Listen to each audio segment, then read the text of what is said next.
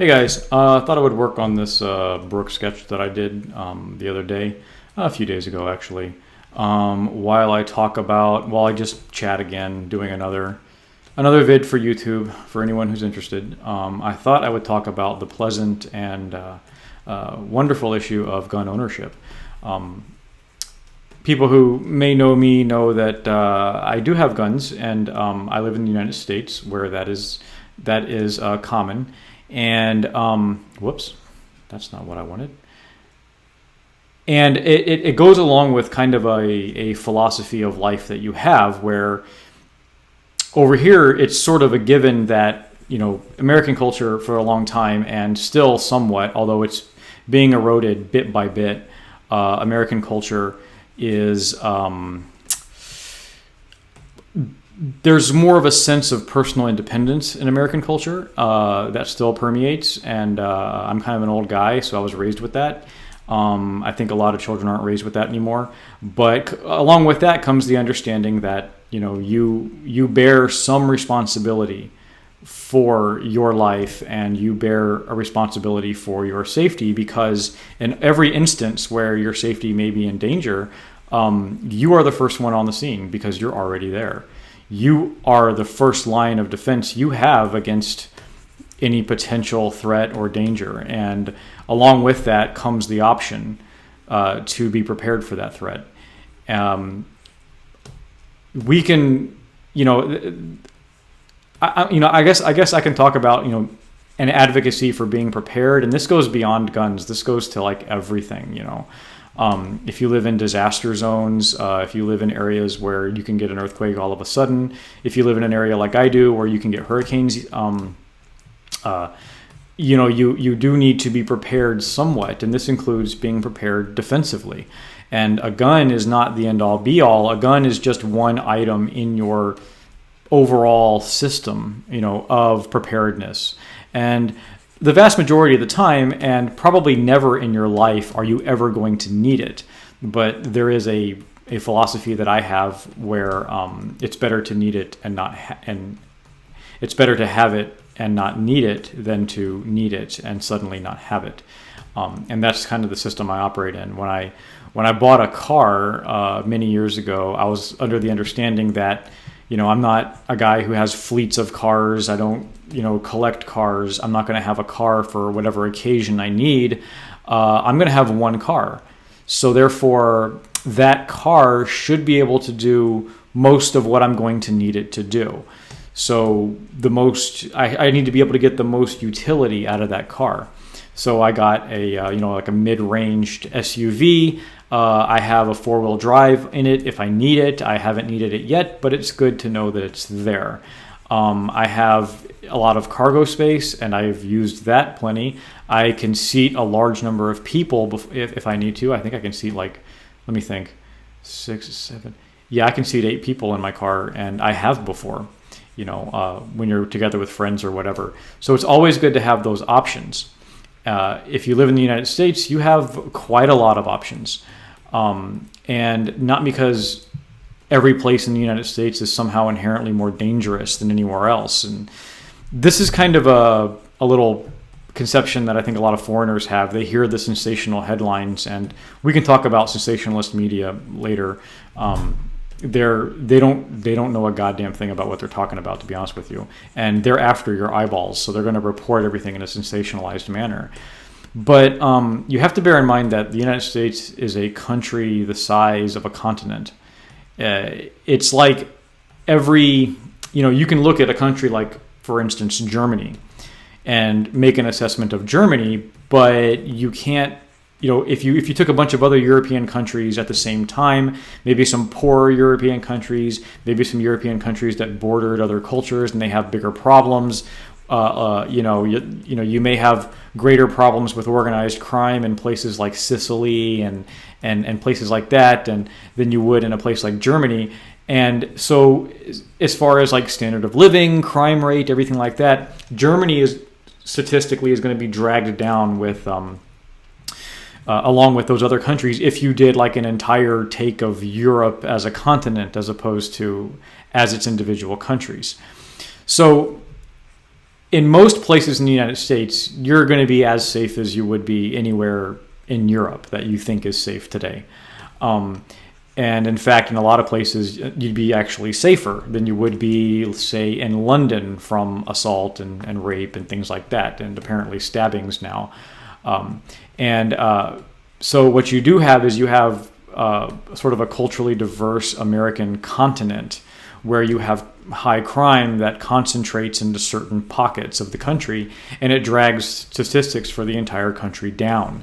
You have cities with diverse cultures and ranges, and places like Baltimore and Chicago that just have really, really high crime rates.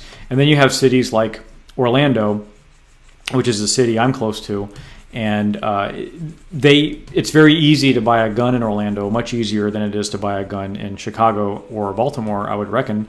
And yet, per capita, pretty low murder rate. I mean, quite low, So you're dealing with a situation where crime is, the whole entire United States is not very dangerous. You could come to my suburb and have, pretty much have good peace of mind that you're not gonna be involved in some weird drive-by shooting or some crazy mass shooting or something like that. No more than you would be in anywhere else in Europe, like France or Germany or the UK or something like that. So, but there's always a chance that things could happen, and even Europe is finding this out with all the violence that's going on there. Guys in Canada, humping the curb in vans and mowing people down, and even having shootings over there now, over in Toronto and places like that. You have, you have these people using whatever tools they can get their hands on in order to sort of nihilistically act out whatever violent and suicidal ideations that they have. And this is kind of a mental health issue that we have to contend with. And if you are a advocate for curtailing people's gun rights, it might help to understand why you may be receiving pushback. And maybe this will help a little bit. But one of the things that's important in a discussion, if you really want to discuss and if you're really interested in sort of learning and knowing, is if you enter into a discussion with someone you disagree with, it helps to be able to understand what they stand for, like why they believe what they believe and what exactly they do believe. And then you can say to that person, here's what you believe and why. And that person says, yes, you're right. That's exactly what I believe. And that's exactly why. And if you can't really do that to the person that you're arguing against, you're just sort of shouting past each other and you're never going to get anywhere. And I think that's sort of at the heart of the problem of most of our kind of diseased political discourse these days. People just shout past each other. They just condescendingly smirk at each other, and they regard anyone who opposes them as just kind of either evil or stupid, and it's a very infantile way to look at the world. Just sort of like, you disagree with me? What are you talking about? Blah, blah, blah, blah, blah. And nobody understands, like, oh, you're just evil, or you don't care about this, or, you want to have a gun because you're a giant pussy, or something weird, like, they'll just go off on this presumptuous, like, okay, they learned all about life on the fucking Disney Channel, and that's all they can think about. They don't really apply thought, as to what's going on. They just sort of act out and poke fun, and they throw insults in with their points and things like that. And you don't really want to be like that. And if you run into someone like that from either side of the issue, just don't talk to them. Just ignore them, because there's no getting around. There's no getting towards them or anything like that. If you have an audience, maybe you can sort of talk to them because the audience is listening and they may want to hear both sides. But otherwise, you're not going to change someone's mind who is like that. So the way we approach gun ownership is kind of a just general philosophy of life. What might you need? What should you prepare for in any event? And you can rank these events from the most likely, which is probably still kind of unlikely, but depending on where you live, this may be important, to the highly unlikely. What should you prepare for? And I think that if you are just now getting into looking at firearms as an option for being prepared for things, it would be good to prepare in that kind of order. So what's the most likely thing to happen? Well, you're just simple crime. Someone uses a deadly weapon to try to intimidate you and rob you. Okay, break into your house, commit a home invasion, whatever it is they're likely to do. And you should prepare for that. Okay, fair enough. What does that entail? What should you pick up? A lot of misconceptions about firearms in the media. Movies, video games do not accurately depict them at all. And it's important to understand the difference in capabilities. If you're looking at home defense, should you get a rifle, a pistol, a shotgun? There's a lot of debate about what's the best thing to deal with. What's the best tool for the job? And that's what a gun is. It's a tool for the job. And you have to decide what your tool is going to be. Fortunately, if you live in the United States, you've got a pretty good selection. And it has never been a better time to be a gun owner, ever. You have so many manufacturers with so many good competing products with each other. There's more concealed carry permits out in the United States now than ever. Which I think is amazing and incredible, and I think it's a good thing. And there is a market that has risen up to meet that growing demand. Unfortunately, there's good and bad that comes with that kind of commercialization, and if you want to call it that.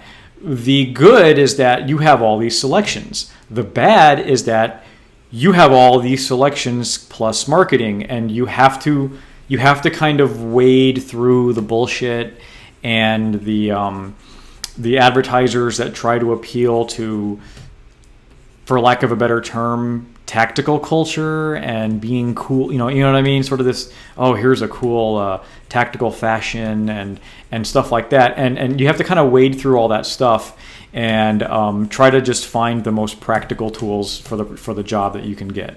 Find the name brands that are trustworthy, and pretty much any major name brand these days is going to put out a gun that is probably good for the average citizen, the average person who wants to protect their family and whatever.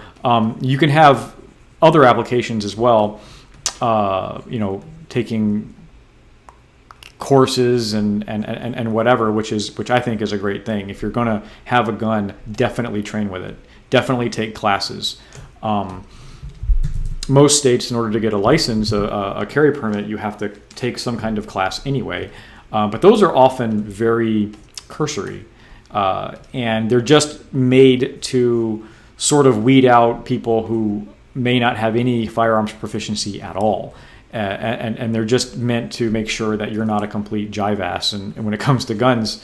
And they're not difficult to pass at all if you sort of grew up around guns and you know a lot about guns in general. So definitely take a class that's above and beyond whatever your state requirements are.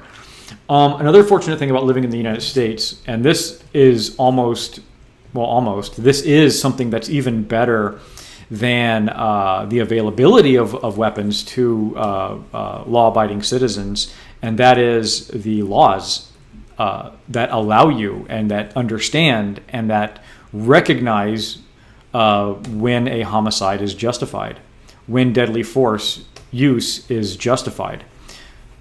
So this is I talked to a gun owner who lives in Canada, and he collects guns, and you can get a hold of some pretty pretty wicked guns up there. Turns out you may have to go through a few more hoops, but people do it, and they have all these weapons and stuff. But for the most part, when it comes to one of the big differences is when can you use them, right?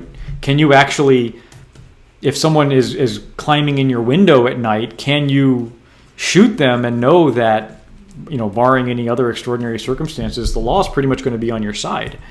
And the answer that I got from him was not really, So you have a situation where you just are collecting things that you like to shoot at a club or something like that. Or maybe, depending on where you live in Canada, you're worried about, animals or something like that, which is another real threat besides just, human animals who may come after you, your property, your family, whatever. You have to worry about, depending on where you live, real animals,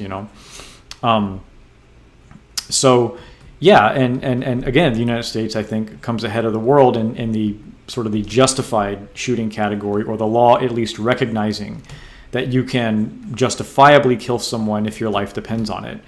This is kind of gray area stuff in some cases. I can cite the George Zimmerman case, where people say, well, if his life was in danger, why was he brought to trial to begin with? And the answer is because he put himself in a situation. George Zimmerman was stupid. He put himself in a situation where his life was in danger when he did not have to. He didn't have to initiate the confrontation with his attacker, but he decided to, despite the advice of the 911 operator that he was on the phone with, talking to. Now, the jury refused to prosecute him. They refused to convict him, I should say. And we can have varying opinions on that, and that's fine. I'm not a big fan of Zimmerman. I don't think he did the right thing in confronting Trayvon Martin. Unfortunately, once confronted, Trayvon Martin put him in a situation where he was likely going to be killed or suffer permanent brain damage the rest of his life, having his head repeatedly smashed against concrete. Therefore, he ended up having to take his life, and it's an extremely shitty situation, but it's one that Zimmerman could have avoided, and he didn't take steps to avoid. So that trial could have gone either way.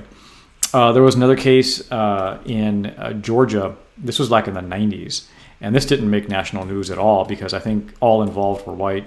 That's kind of a sad commentary today, but it's a true commentary.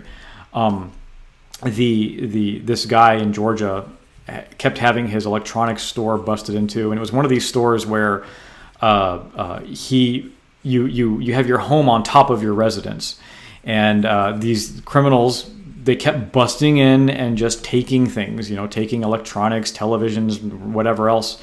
And he got tired of it, and so he bought a shotgun.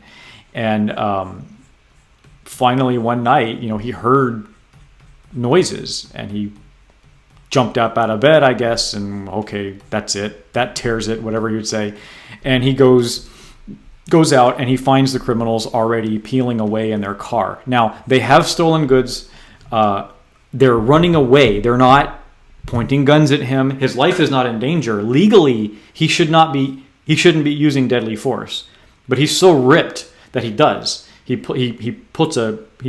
shoots out the back of the back window of the car, kills one of the guys in the cars, goes to trial.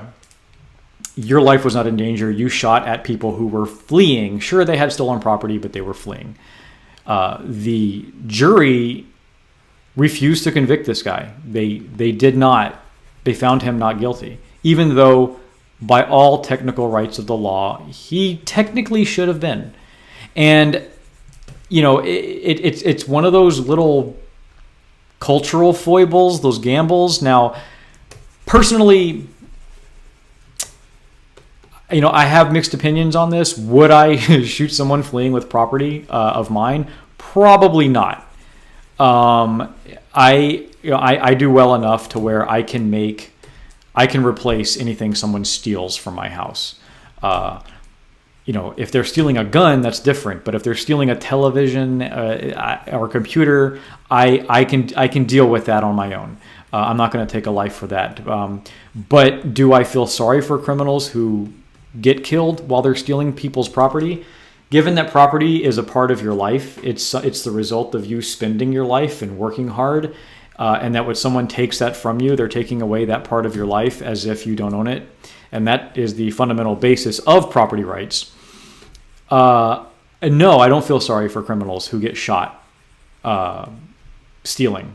I don't feel sorry for criminals who die stealing. I don't shed any tears for them whatsoever. So those are gray areas. And we live in a country where those gray areas do exist. And I'm not telling anyone to behave in a certain way, but it's up to you what you want to do in that kind of situation. Personally, I would not. I don't think it's worth the headache. But again, it's up to you.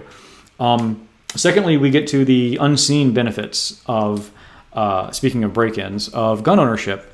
And these are hard to nail down because they're not very sensational. They're not very amazing. The media is not going to harp on it at all because, of course, it's not going to make headlines or no body counts. But I don't think I want her to be this muscly. Let me put this arm down here. But, you have people who stop crime every day because they have guns that they legally own and carry or are in their homes. As part of my range membership at my outdoor range, one of my requirements, my criteria for membership is to maintain a membership in the NRA. It's one of those things I have to do. Now, I don't agree with the NRA on everything, but I don't mind being a member because I think they're overall better than, I think that things are better for us if they're around than they're not. And if you disagree, that's fine. But I have to be a member, and one of the things about being a member is you get a magazine in the mail, and you have to pick whichever magazine you want. And I picked the American Rifleman, and they devote one page every month to taking articles from around the country that they find where these are local newspaper articles, like the Jones County Gazette and shit like that. Things you've never heard of, things the New York Times would never report on, crap like that, of people who legally own weapons, law-abiding citizens, stopping crime, whether it's home break-ins, whether it's store robberies, whether it's people who actively open fire in places and then guys with permits open fire back and kill them or stop them or hold people at gunpoint until the cops arrive, things like that. There's a whole page dedicated to this. And I'm sure if they devoted more manpower, they could uncover more of these incidents.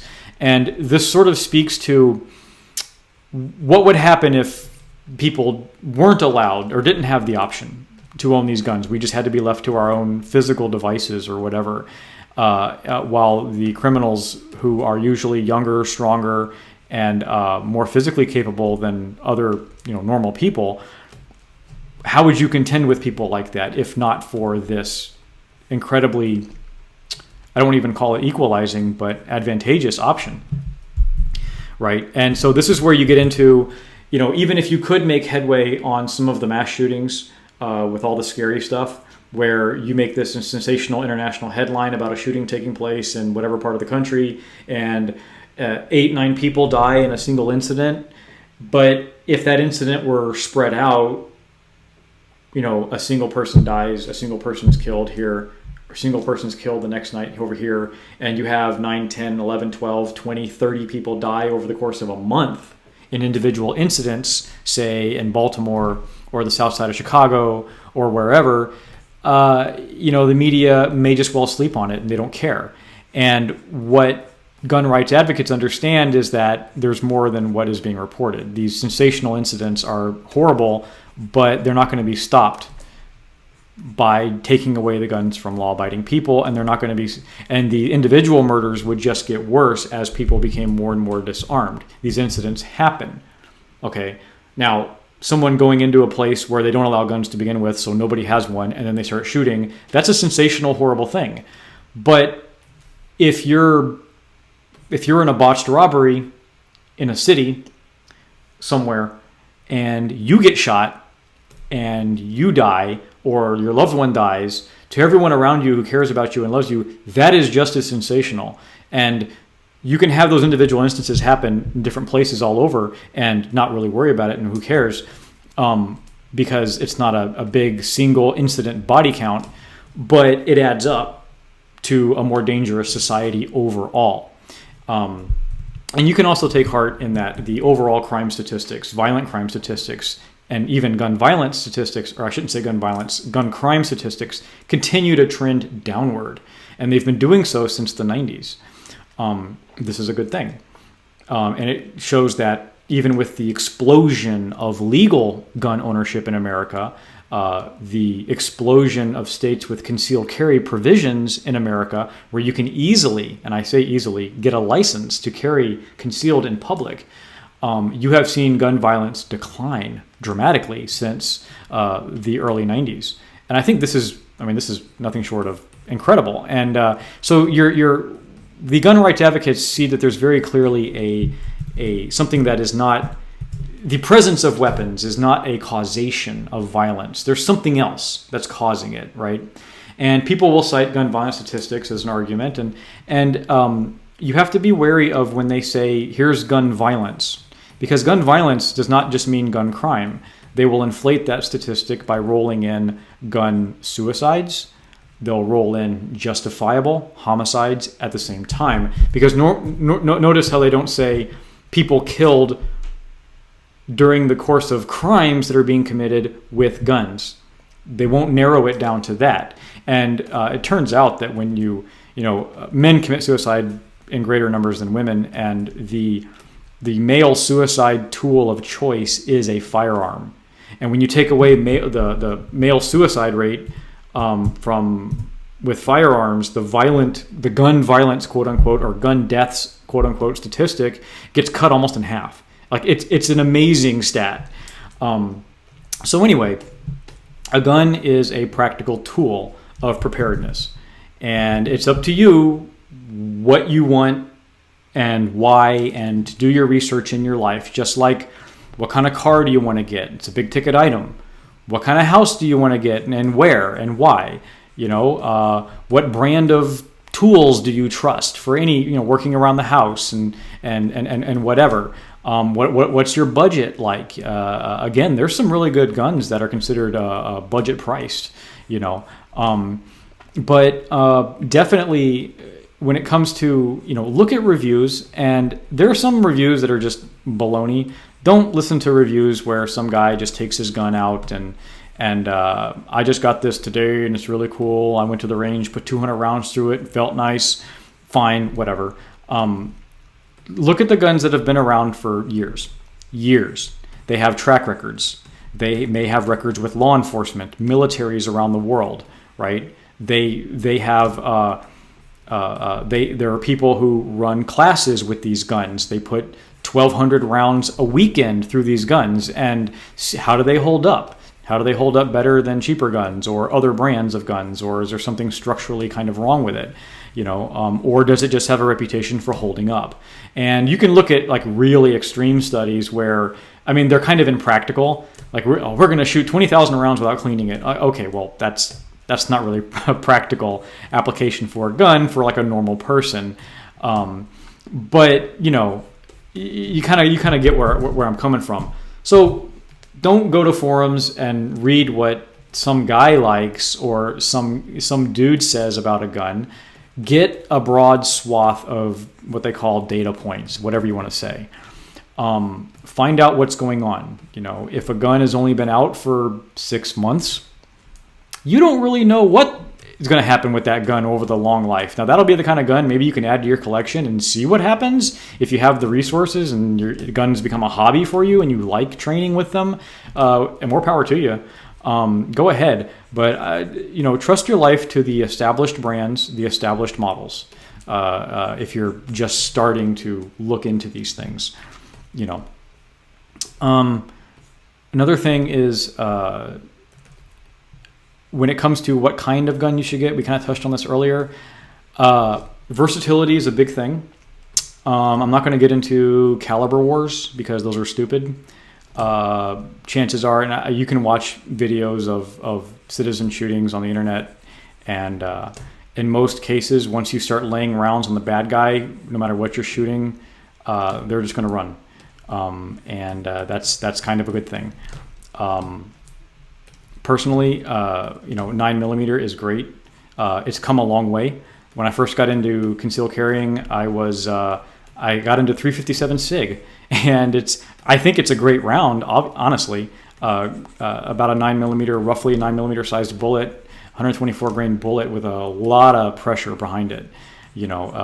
Sort of meant to maintain trajectory through obstacles and windshields and shit like that.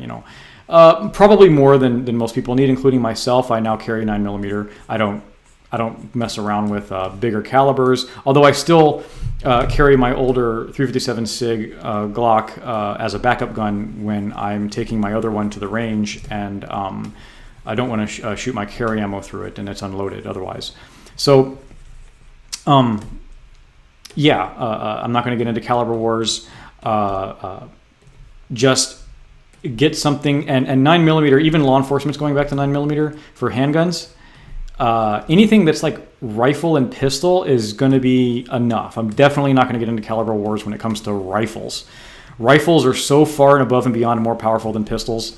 It's not even funny. Video games and movies do not do these things justice. They do not do the differences between pistols and rifles any kind of justice. It's like night and day.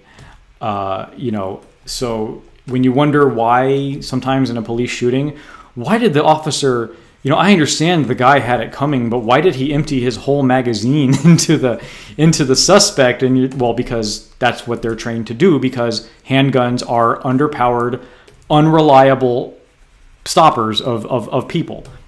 That's just a fact. So what is the most reliable way to stop someone with a handgun is to shoot them over and over and over again. Preferably, one other well-placed follow-up shot is a good is sort of the differentiating factor between someone who just runs away or shoots back, or someone who just drops or just is like out of the fight. They're just done. This is I think this was a police study a while ago. Regardless of what caliber you're using, get something that you will train with. My friends don't like firing my 357 SIGs because they're very powerful and they jump a lot and they're uncomfortable to shoot. So my friends they would never train with a 357 SIG. I got used to it early. I trained with it a lot, and I don't mind it.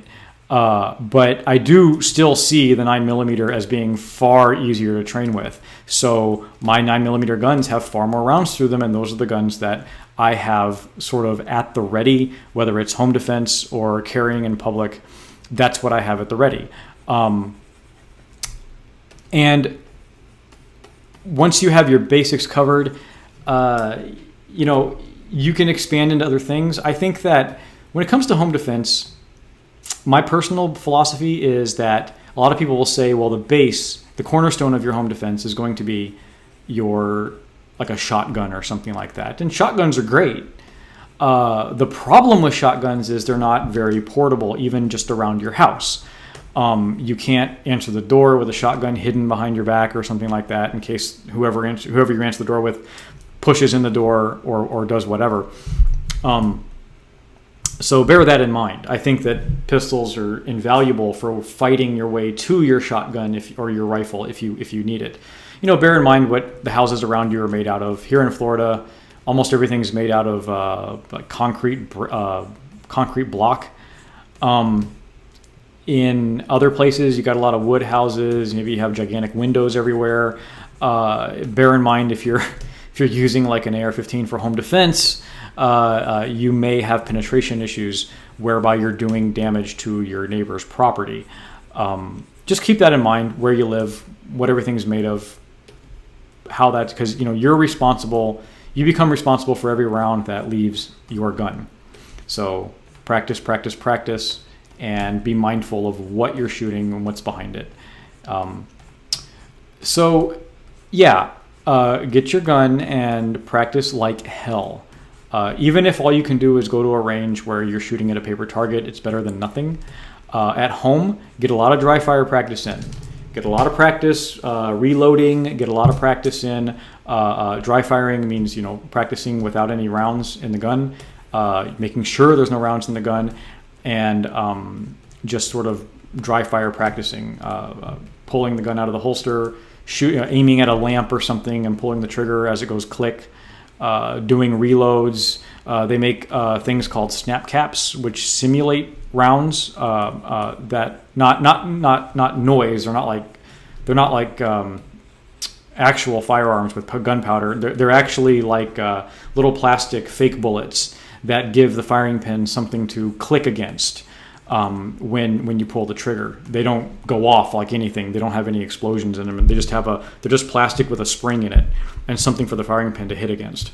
Those are pretty valuable because you can also do reload drills with them, where you have a magazine stacked with a snap cap, and you practice. You go into slide lock on your pistol, you drop your current magazine, you pull the new one, you smack it in, you rack the slide back, and you send it home, and you send that next round home. These are things that are good for practice. Do this hundreds of times until you have muscle memory. Go to classes where they put you through stress and you have to perform things. And you kind of inoculate yourself against that kind of pressure. Remember, this is your responsibility. If this sounds like too much for you, don't get a gun. It's as simple as that. Also, remember that your gun is a part of a system. So you have your layered defense of your house, for instance. You have your home alarm system. You have your door locks. You make sure you lock them at all times. Make sure your windows are locked. Make sure all these things are in place, and make sure that if you're working in a room, I'm going to be working on the car for a while. Put your gun nearby where you can get to it. Put it on your body, even better. Whatever it is you want to do. I'm going to be working in the studio office. I have a gun here for the office. This is where it is. When you leave your house, make sure your guns are secure so no one can just break in and take them. Have a gun safe.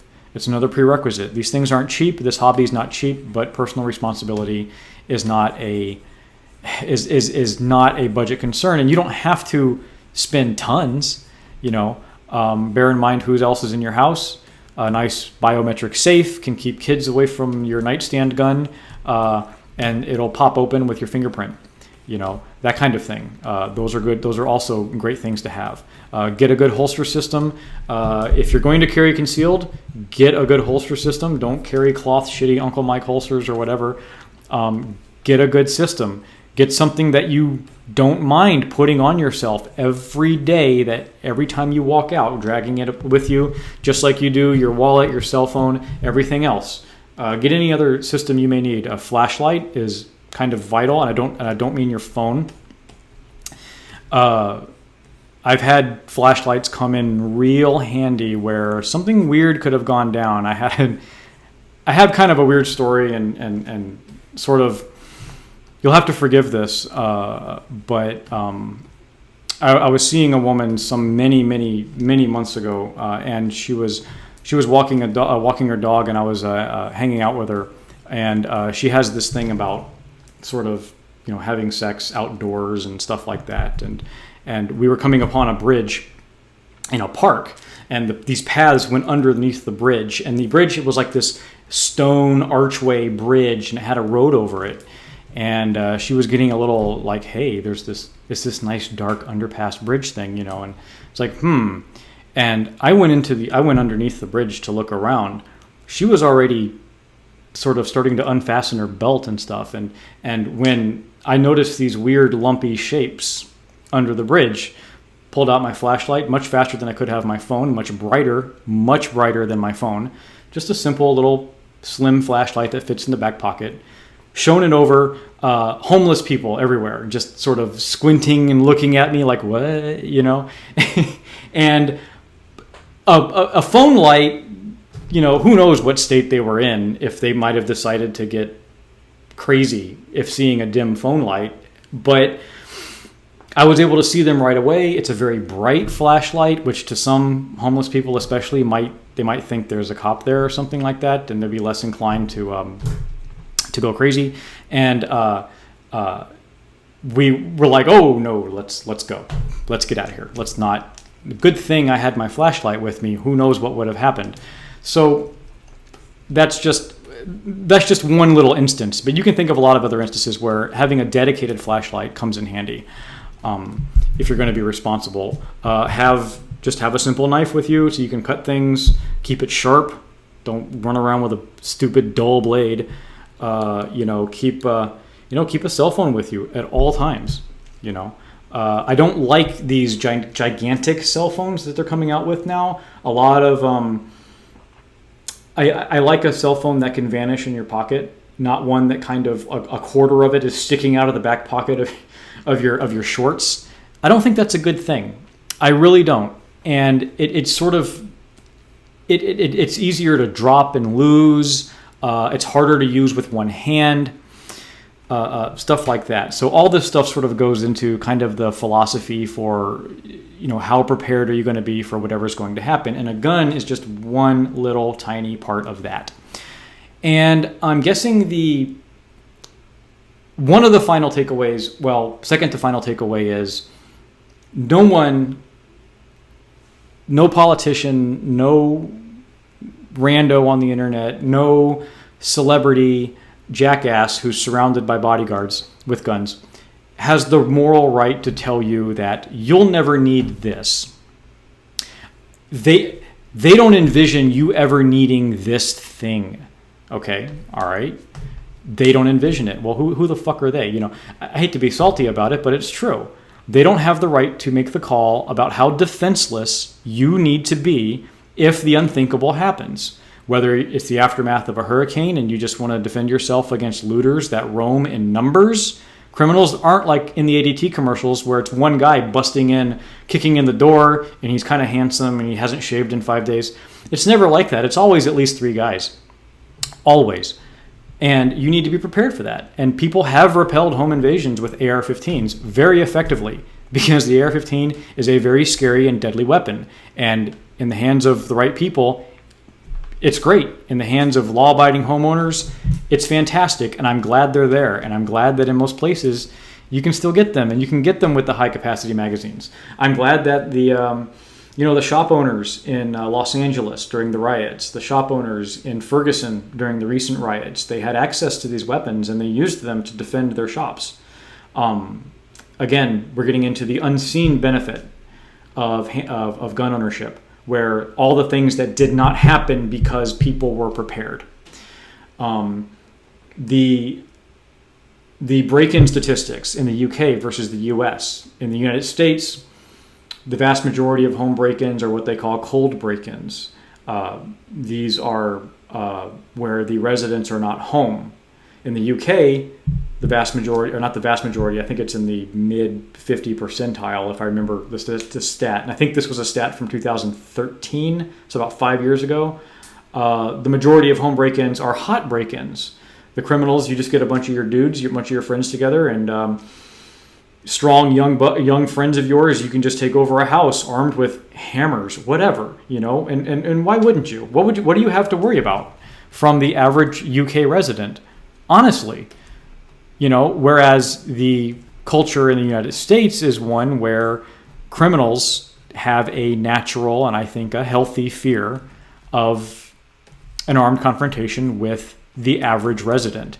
And they'll go out of their way to make sure that the residents aren't home when they decide to try to break in. They'll knock on the door, they'll pose as somebody or whatever. And I got to be honest with you, as prepared as I think I am, I would much rather, if someone's going to break into my house, I would much rather they wait until I was gone, take some stuff that I can replace. You know, I'm not hard up for money. I'm doing okay. I'm kind of a responsible guy. And I really don't want to have to deal with the mess of having to use deadly force because I don't know who this is breaking down my front door or busting into a window or whatever. So, yeah. And I would much rather live in a society where criminals fear average citizens than like a place in the UK where they just don't, you know. Again, the unseen benefit of gun ownership. So the final thing I want to cover with this, and this is kind of a personal thing of mine, I believe in having a gray man philosophy when it comes to these kinds of things. And if you don't know what gray man philosophy is, it is where you don't draw attention to yourself. You don't walk around looking like you are the kind of person who would be armed. You don't have like a lot of like military gear-ish stuff on you visible. You're not carrying a backpack with Molly on it, camouflage stuff. I mean, there's a lot of veterans today who do walk around like that, and that's fine. But it does draw the eyes. You know, it does draw the attention. And just don't do it. Especially, you know, I know there's a lot of military guys will have pride in their unit, and if you've earned it, you've earned it. Put the Punisher skull on your car. By all means, do whatever it is you do. Wear the t-shirt that says, "Hi, this is my Special Forces t-shirt." Go ahead. But I would not wear any of that shit, and I would not put that stuff on my car. It's funny, driving around here, I see guys with sort of bumper stickers and window stickers of their favorite gun manufacturer. You know, on this H&K and Kel-Tec and Glock and all this other shit. You're thinking, oh, come on. What are you doing? Why would you put that on your car, right? Why would you advertise? And you see them with the shirts walking around and all this other stuff. And you're thinking, that doesn't seem like a very good idea to me.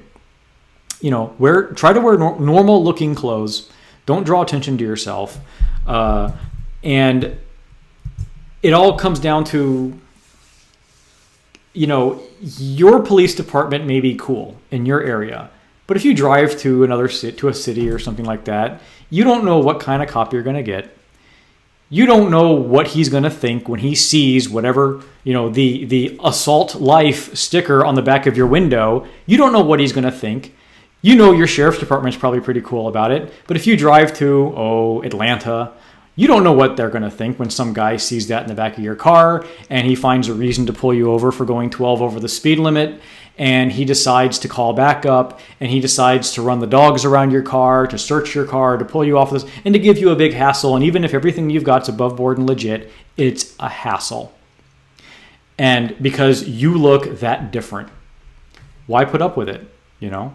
Why put the big, unless you're off-roading, don't put the big giant tires on your truck and the big aggressive shit all over it and stuff that you don't need but you think looks cool. I mean, whatever. You want your truck to be real aggressive looking, that's fine. Maybe there's cool. You're running around your property, you're off-roading, you're mudding, whatever it is you love to do. But when you're driving around cities and towns, drive something that looks like you could just be dad, going to the store to run an errand. That's kind of the gray man philosophy. Go with that. Another thing when it comes to brands of guns, because guns are cost hundreds of dollars, don't listen to people who appear to be fanboys of brands. Conversely, don't listen to people who just love to hate brands of guns. Don't listen to them. Listen to people who have practical experience with all guns. I have a lot of guns that I like. For instance, I have a CZ PL1 that I just love shooting. I love it so much. But because none of my training has been with double action, single action guns yet, I haven't incorporated that into any of my preparedness systems. Eventually I'll get to it, and I do want to do that.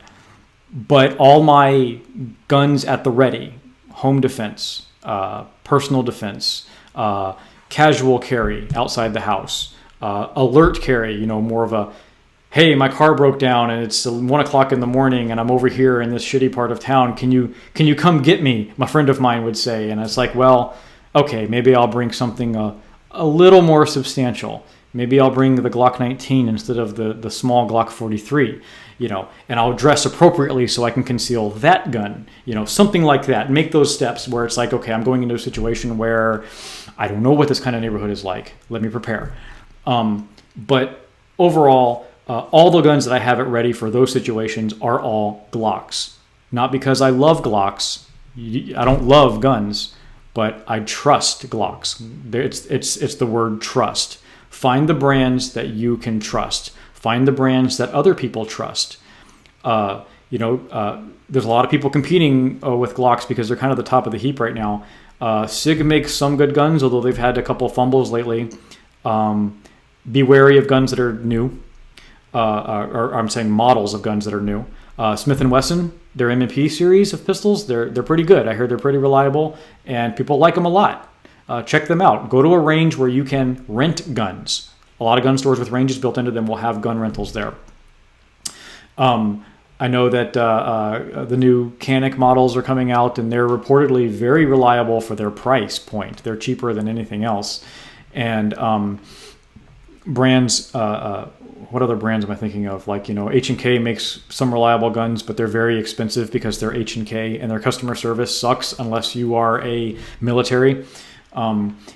So, find the brands that you love and that you're comfortable with, and that I like shooting this gun. I will practice with this gun a lot. And I know reasonably well that this gun will stand up to it.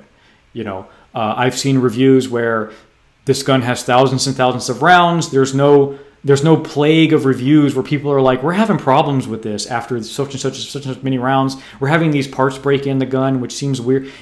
Avoid guns like that. So, for instance, you can confidently go into a store and know that if you buy this gun model, it's going to be one of the good ones, right? 99% of the time. And so just beware and do your research.